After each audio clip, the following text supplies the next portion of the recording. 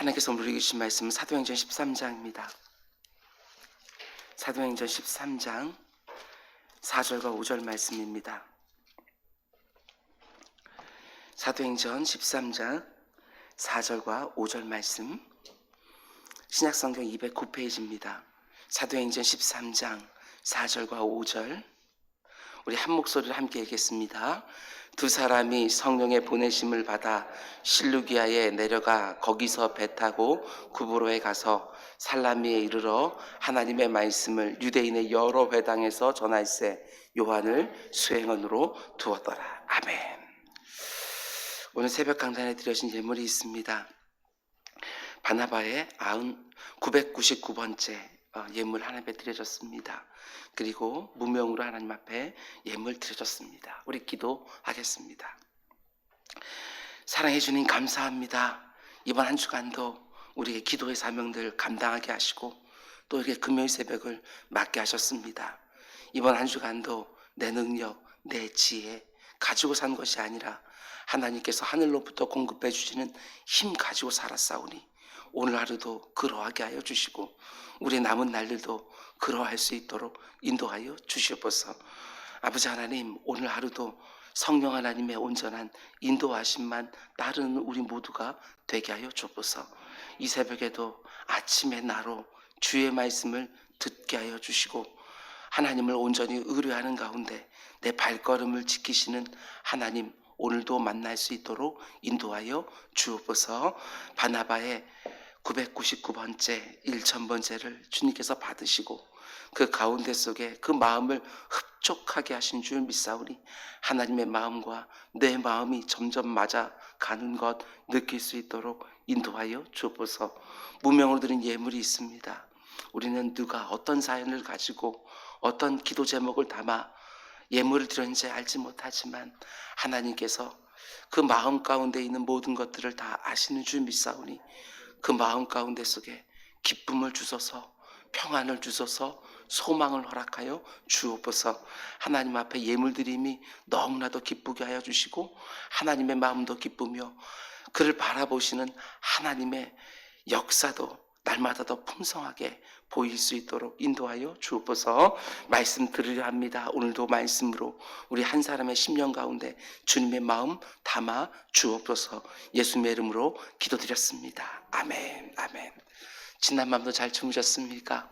오늘도 하나님께서 각양 좋은 것들을 주시는 복된 날인 줄 믿습니다. 아멘. 아멘. 오늘은 사도행전 강의 63번째 시간입니다. 오늘 말씀의 제목은 영혼 사랑의 흔적을 나는 가졌는가? 이런 제목으로 말씀 전하도록 하겠습니다. 영혼을 사랑하는 마음, 단지 육신적인 관계에서만 나의 사랑을 드러내는 것이 아니라 그 영혼까지도 정말 사랑하고 있는가? 이런 제목으로 말씀 전하도록 하겠습니다. 어제 새벽에 이어서 사도 바울의 선교 전략을 생각하면서 우리 인생의 전략도 함께 살펴보려고 합니다. 사도 바울은 예수 그리스도의 복음을 전하는 것이 자기가 살아가는 이유라고 생각을 했습니다. 자기가 무엇을 위해서 살아야 되는지 그 인생 목적이 분명했다는 것입니다. 뿐만 아니라 그 목적을 이루기 위한 전략도 분명했습니다. 되는 대로 복음을 전한 것이 아닙니다. 전략적으로 복음을 전한 것이지요. 우리 인생도 되는 대로 사는 것이 아닙니다. 하나님께서 내게 주신 생명 속에 담긴 목적을 붙들고 전략적으로 충성하며 살아가는 것이지요. 근데 사도 바울의 선교 전략이 무엇이었느냐? 총 5가지 중에 어제 새벽에 2가지를 먼저 보았습니다. 첫 번째는 철저하게 성령 하나님의 인도하심을 받는 것. 이게 그의 선교 전략이었습니다. 성령 하나님이 가라고 하면 가고 떠나라면 떠나는 것이죠. 우리 인생 전략도 이뤄야 됩니다. 그분의 음성에 늘 인도함을 받는 것. 그것이 바로 우리의 인생 전략이 되어야 합니다. 두 번째는 하나님이 자기에게 주신 지혜를 총동원하는 것. 이게 그의 선교 전략이었습니다. 어떻게 하면 효과적으로, 어떻게 하면 더 빨리 복음을 전할 수 있을 생각하면서 많은 사람들이 살고 있고 또 오고 가는 대도시를 중심으로 복음을 전했던 것을 우리는 보게 됩니다. 대도시에 교회를 세우고 그곳을 중심으로 주변부로 복음이 확장되기를 원했던 것이지요. 오늘 새벽에 시간이 충분치 않아서 나머지 세 가지 가운데 두 가지만 함께 보려고 합니다. 한 가지는 사도 바울이 복음을 전할 때 또 어떤 전략이 있었느냐, 오늘 본문 5절 말씀을 보시기 바랍니다. 살라미에 이르러 하나님의 말씀을 유대인의 여러 회당에서 전할세. 사도 바울이 언제나 성령의 인도하심을 구하고 사람들이 많이 모이는 대도시에서 중점적으로 복음을 전했는데, 그 대도시에 가면 항상 어디를 먼저 들렸느냐, 그곳이 바로 유대인의 회당이었다는 것입니다. 유대인들이 모이는 회당을 먼저 찾아가는 것입니다. 그게 바로 사도 바울이 선교 여행에서 늘 보여주는 그의 전략이었습니다. 좀 확인해 볼 텐데요. 먼저 이어지는 13장 14절 말씀 보십시오. 13장 14절 이렇게 되어 있습니다. 그들은 버가에서 더 나아가 비시디의 안디옥에 이르러 안식일에 회당에 들어가 앉으니라. 비시디의 안디옥에 갔을 때에도 가장 먼저 유대인의 회당을 방문하는 겁니다. 그리고 거기서 유대인들에게 먼저 복음을 전하지요. 한 장 넘겨서 14장 보시기 바랍니다. 14장 1절 이렇게 되어 있습니다. 이에 이고니온에서 두 사도가 함께 유대인의 회당에 들어가 말하니 유대와 헬라의 허다한 무리가 믿더라. 이고니온이라는 도시에 갔을 때에도 먼저 유대인의 회당에 들어가 복음을 전했지요. 17장 한번 보실까요? 17장 1절입니다. 17장 1절. 그들이 암비볼리와 아볼로니아로 다녀가 데살로니가에 이르니 거기 유대인의 회당이 있는지라. 그리고 바울은 그 회당에 또 들어가서 복음을 전합니다. 이어지는 10절 말씀, 17장 10절. 밤에 형제들이 곧 바울과 실라를 베레아로 보내니 그들이 이르러 유대인의 회당에 들어가니라. 베레에 갔을 때에도 먼저 유대인의 회당에 들어가서 복음을 전했지요. 18장으로 또 넘기면 사도 바울이 이번에는 고린도 지역으로 가는데 4절 말씀입니다. 18장 4절. 안식일마다 바울이 회당에서 강론하고 유대인과 헬라인을 권면하니라. 이어지는 19절도 마찬가지입니다.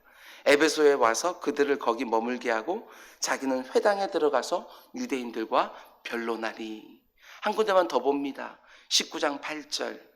19장 8절. 바울이 회당에 들어가 석 달 동안 담대히 하나님 나라에 관하여 강론하며 권면하되. 이게 뭘 보여주는 것입니까? 사도 바울에게는 분명한 선교 전략이 있었습니다. 성령 하나님의 인도하심에 따라서 늘 움직이고 사람들이 많이 모이는 대도시로 가고 그 다음에는 반드시 유대인의 회당에 먼저 들어갑니다. 그게 바로 사도 바울의 선교 전략이었던 것이지요. 그런데 이런 점을 생각해 봐야 됩니다. 사도 바울이 왜 언제나 한결같이 유대인의 회당으로 먼저 들어갔을까? 유추하는 것이 어렵지가 않습니다. 성경을 살펴보면 사도 바울은 비록 유대인을 위한 사도로 부름을 받긴 했지만 자기 민족을 끔쪽같이 사랑했기 때문에 그렇습니다. 그의 고백을 한번 들어보시기 바랍니다. 로마서 9장 3절에서 그는 이렇게 고백하지요. 나의 형제 곧 골육의 친척을 위하여 내 자신이 저주를 받아 그리스도에게 끊어질지라도 원하는 바로다.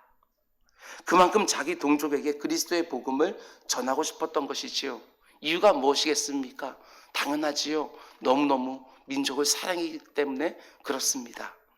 로마서 10장 1절에서는 또 이렇게 고백합니다.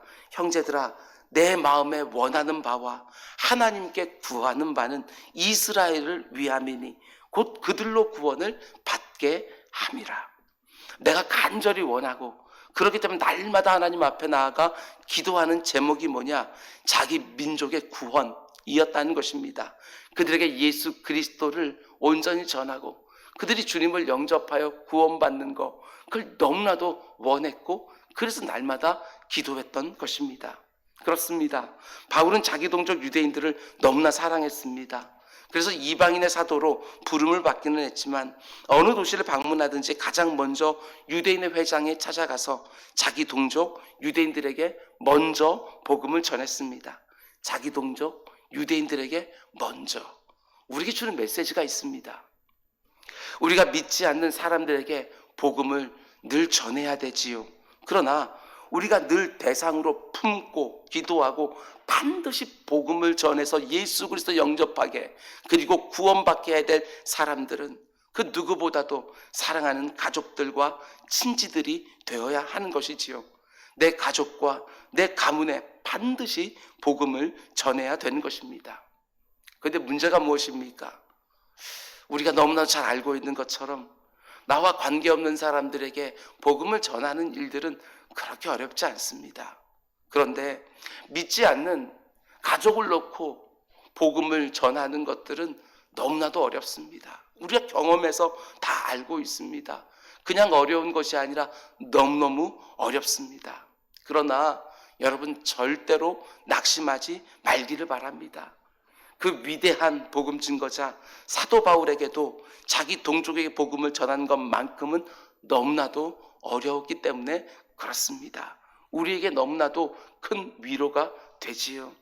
다른 사람들에게 말씀으로 양육하는 거, 그것은 쉽습니다. 그러나 내 사랑하는 자녀들을 말씀으로 양육하는 게 참 어렵습니다. 내 사랑하는 사람들에게 하나님의 마음을 전하는 것이 결코 쉽지가 않습니다. 사도 바울이 이방인들에게 복음을 전할 때는 많은 열매가 있었지만 동족인 유대인들에게 복음을 전할 때는 많은 열매가 있지는 않았습니다. 그토록 유대인들의 회당을 줄기차게 방문해서 복음을 전하고 전했는데 환영받지를 못했습니다. 오히려 자기 동족 유대인들에게는 많은 환난을 받았지요. 많은 환난입니다. 그러면 어떤 환난을 받았느냐?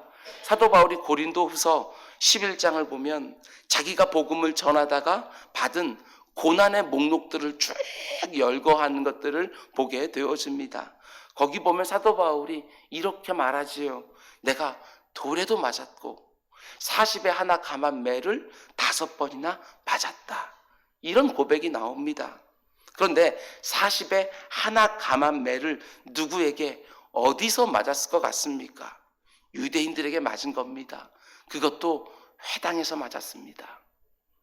성경을 보면 40대까지는 때려도 되지만 그 이상 때리지 말라는 말씀이 있습니다. 그래서 유대인들은 40대까지만 때립니다. 그런데 실제로는 40에 하나 감한 매 39대까지만 때린 것이지요. 왜 그렇습니까?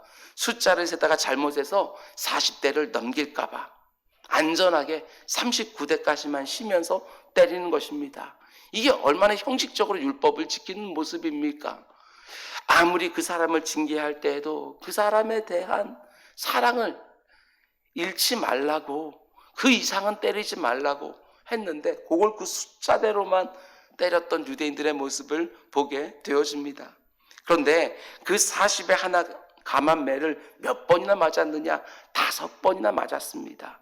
이방인들에게 맞은 게 아닙니다. 자기 동족인, 자기가 너무나 사랑하는 그 유대인들에게 사도 바울이 5번이나 그 매를 맞은 것이지요.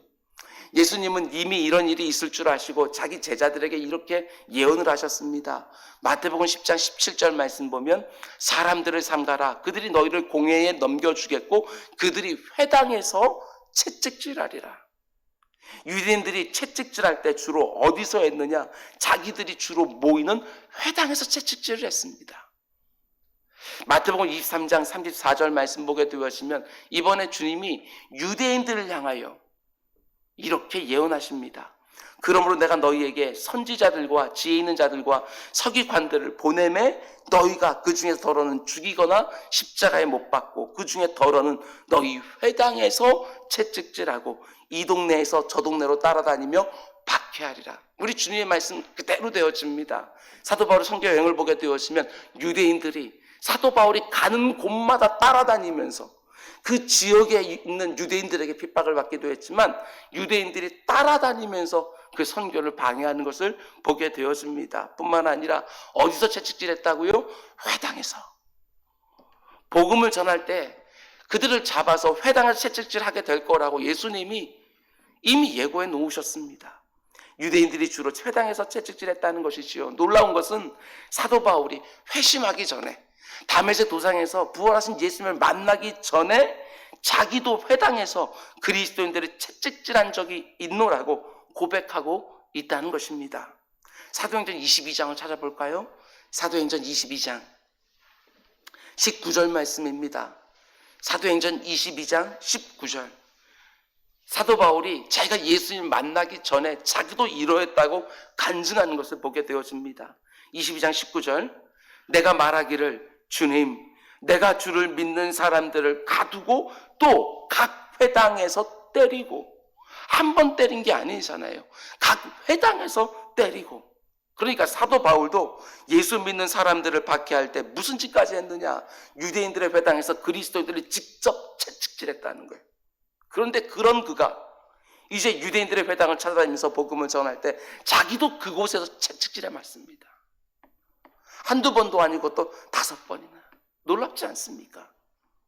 제가 이 부분을 보면서 이런 생각을 해보았습니다. 채찍으로 등짝을 39대를 맞았다고 생각해 보십시오. 그 당시는 오늘날처럼 좋은 연고가 있는 것도 아닙니다. 그러면 39대의 채찍을 맞은 등짝이 어떠했을까?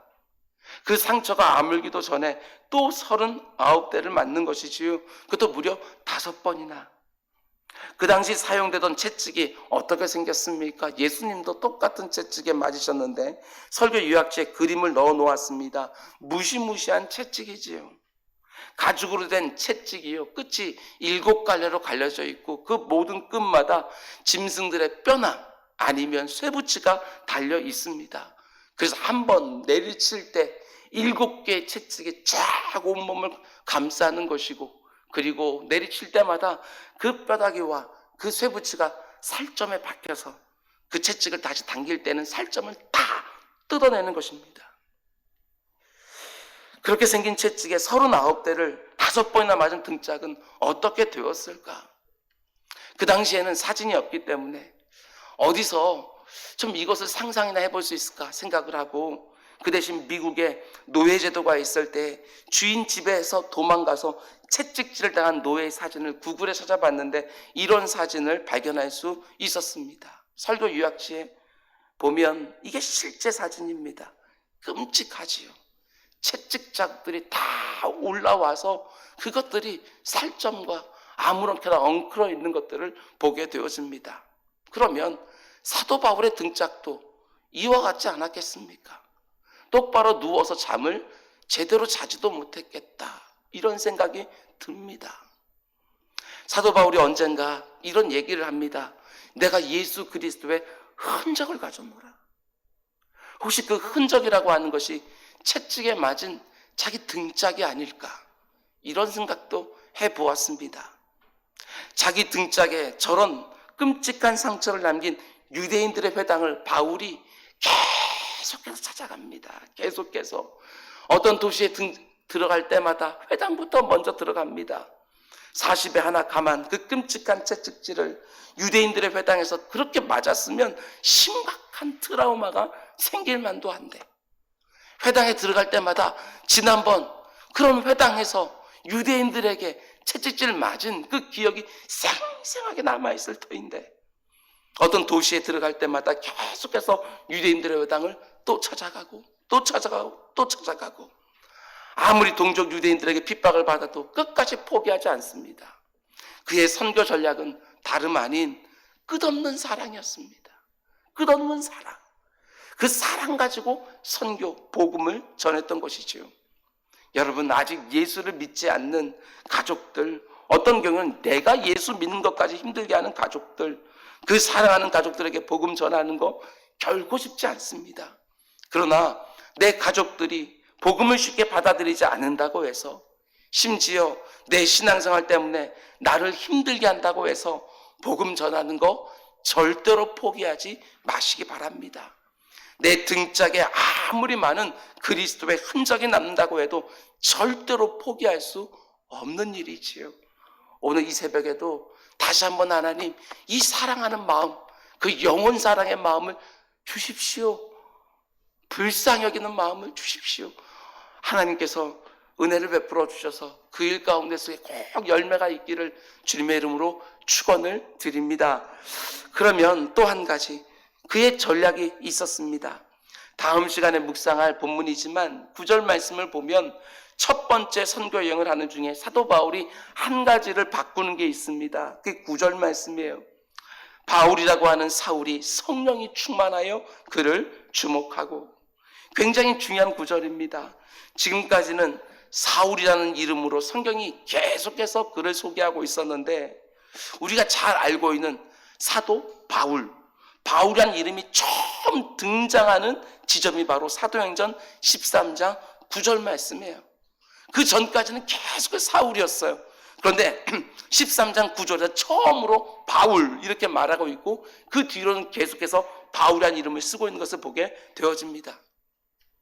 사울이 첫 번째 선교 여행을 시작해서 첫 번째 선교지에서 자기의 이름을 바울로 사용하기 시작을 했다는 것입니다. 여러분, 그런데 왜 선교 여행을 하면서 자기 이름을 사울에서 바울로 바꾸었느냐? 예전에 목사님들은 이런 식으로 설교했습니다. 사울이란 이름의 뜻은 큰 자라는 뜻이고 바울이란 이름의 뜻은 작은 자라는 뜻이다. 근데 사울이 예수를 믿고 큰 자에서 작은 자로 자기 이름을 바꾸었다. 이런 설교 여러분 많이 들으셨을 겁니다. 근데 최근에는 해석이 달라졌습니다. 학자들이 연구를 더 해보니까 그게 아니라고 말하지요. 원래 그의 이름이 두 개였다고 합니다. 사울과 바울.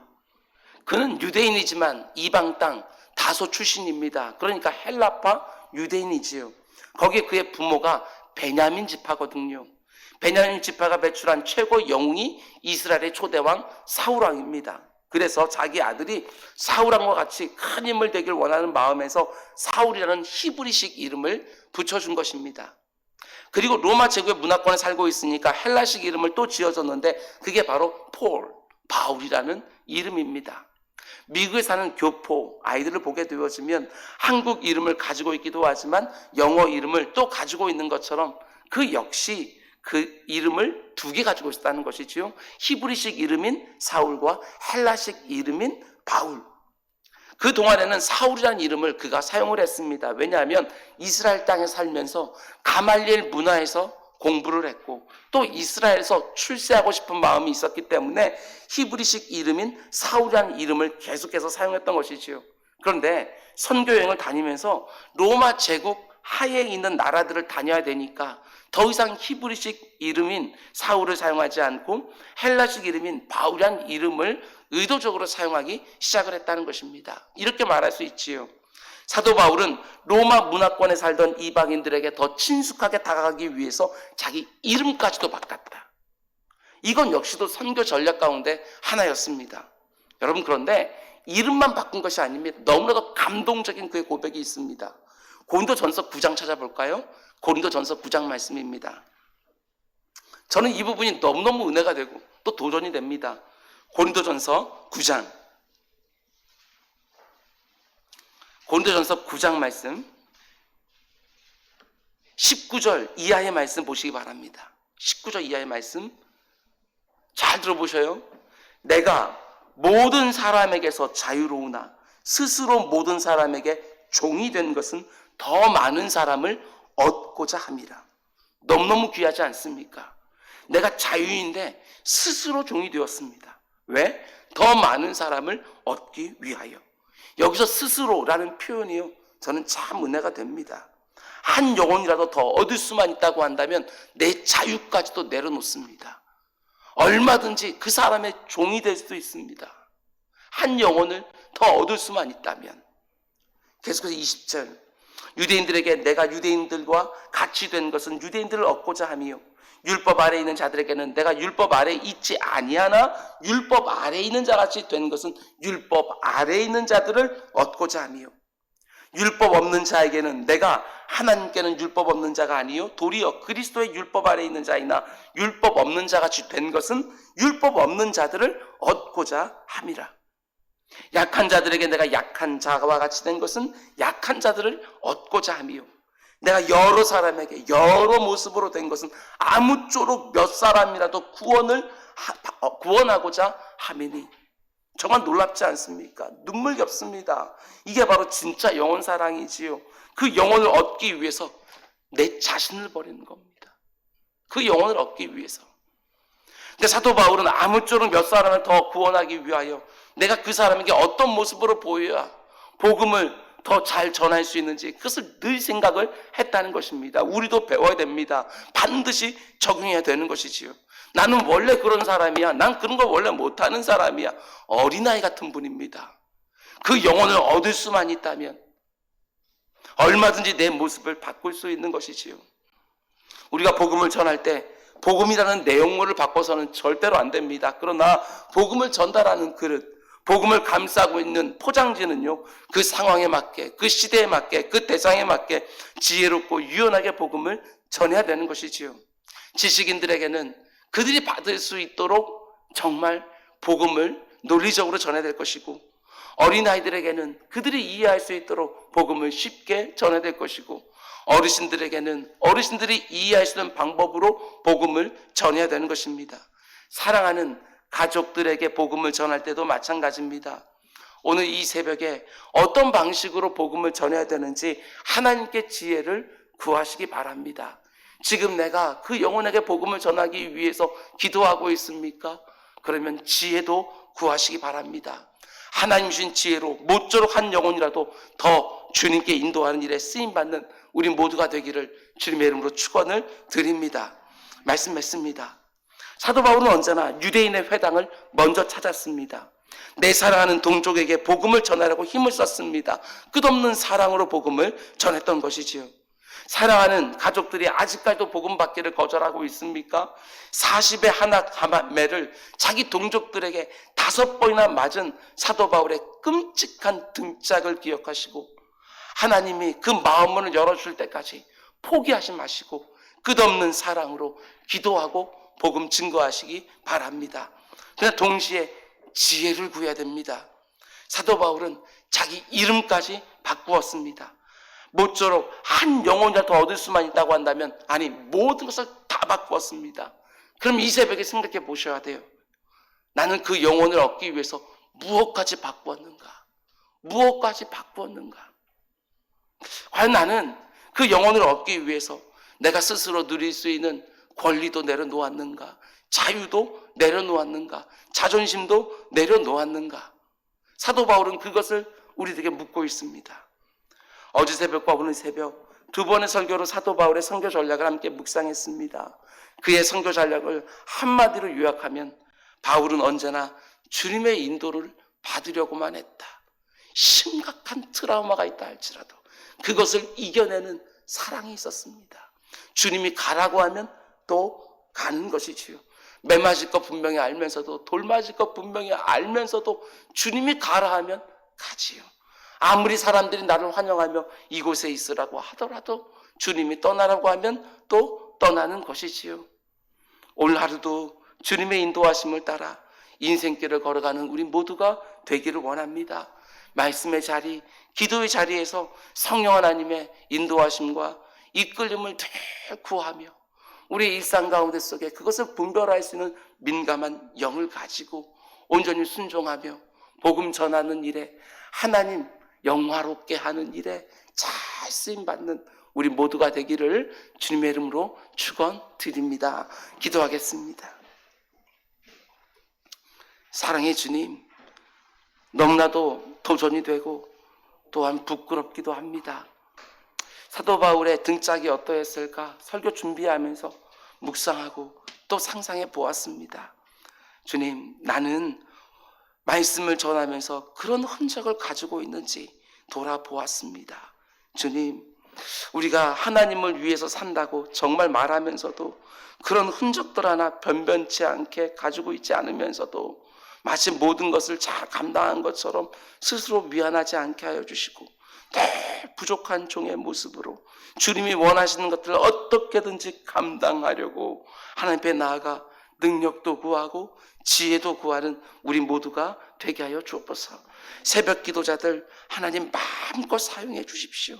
그들의 기도의 자리에서 아버지 이름들 하나하나를 내놓으며 하나님 앞에 복음 전하기를 원하는 정말 견고한 그리스도를 양육해내기를 원하는 그 마음을 주님께서 기억하여 주시고 아버지 기도의 자리에서 그 마음 가운데 속에 다시 한번 사랑의 마음 주시사 아버지 현장에 나아가서 또 복음 전하는 우리 모두가 되게 하여 주옵소서.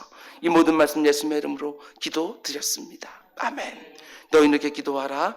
하늘에 계신 우리 아버지, 아버지의 이름을 거룩하게 하시며 아버지의 나라가 오게 하시며 아버지의 뜻이 하늘에서와 같이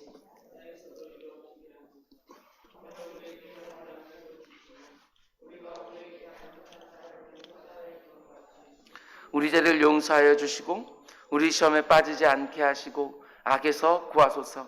나라와 권능과 영광이 영원히 아버지의 것입니다. 아멘.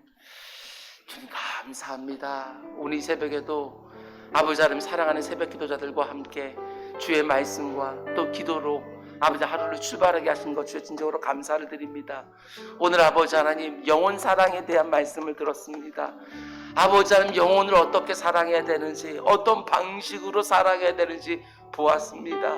아버지 하나님 사도 바울의 아버지 하나님 채찍에 맞은 그 등짝들을 묵상하며 아버지 하나님 복음을 전하면서 아버지 하나님 아무리 힘들고 어려운 일이 있다 할지라도 주님 그 등짝 사도 바울의 그 등짝 아버지 하나님 생각하면서 아버지 하나님 내 몸에도 그런 흔적들 아버지 아무리 남다 할지라도 또 순종하여 회당으로 들어가고 그 사람에게 복음 전하고 아버지 하나님 이 일들 아버지 하나님 그치지 않도록 주님 인도해 주십시오.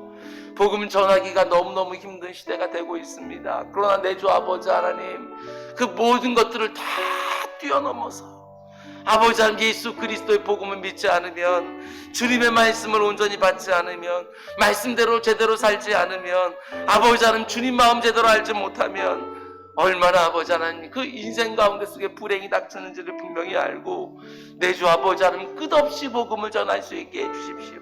기회가 있을 때마다 때를 얻든지 얻지 못하든지 늘 복음 전하는 그 모습이 있도록 주님 인도해 주십시오. 분명히 매맞을 걸 알면서도 회당으로 또 들어갑니다. 사람들에게 돌맞을 거 알면서도 또 복음을 전합니다. 내 주 아버지 하나님 사도 바울의 그 영혼 사랑의 그 구령의 열정 반드시 아버지 하나님 부족한 종에게도 있게 하여 주시고 우리 은작교회 교육자들에게도 있게 해주시고 아버지 하나님 모든 리더십들 가운데 모든 중직자들에게도 영혼 사랑의 이 마음들이 분명히 있도록 내 주 아버지 하나님 인도하여 주시옵소서.